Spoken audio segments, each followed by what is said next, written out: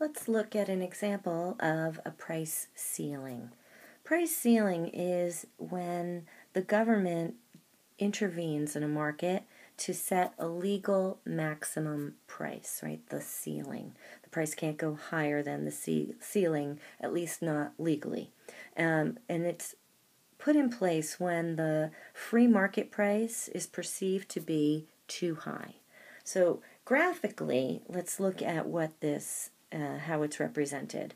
So we have a market, and we've got a demand and a supply, and where the two intersect, right, leads us to the equilibrium quantity and the equilibrium price. So the equilibrium quantity is P star, and if there were no intervention in the market, that would be the market price.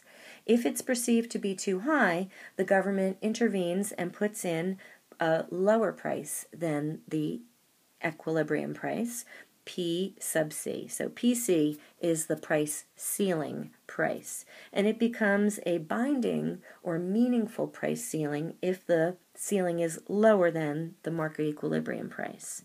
And so what happens is that this government instituted lower price, we now have a new legal maximum, and so at that lower price, the sellers don't have as much incentive to bring units to the market. And so on the supply curve, that lower PC results in a quantity supplied of QS. But at the same time, that lower price motivates the demanders to want more quantity, QD. And so we have a quantity supplied that is less than the quantity demanded, and we end up with a shortage in the market. Now, let's give an example of that in the real world. In some cities, there is rent control. The equilibrium rent would be a very large dollar amount.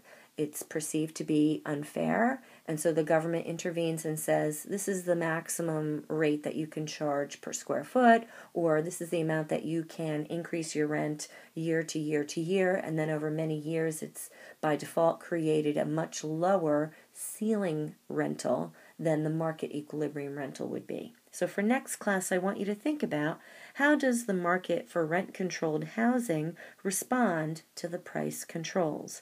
What are some unintended consequences of rent control? And if you read the chapter on price controls, you'll get a little bit of a feel for the different ways that the market starts to accommodate the price control.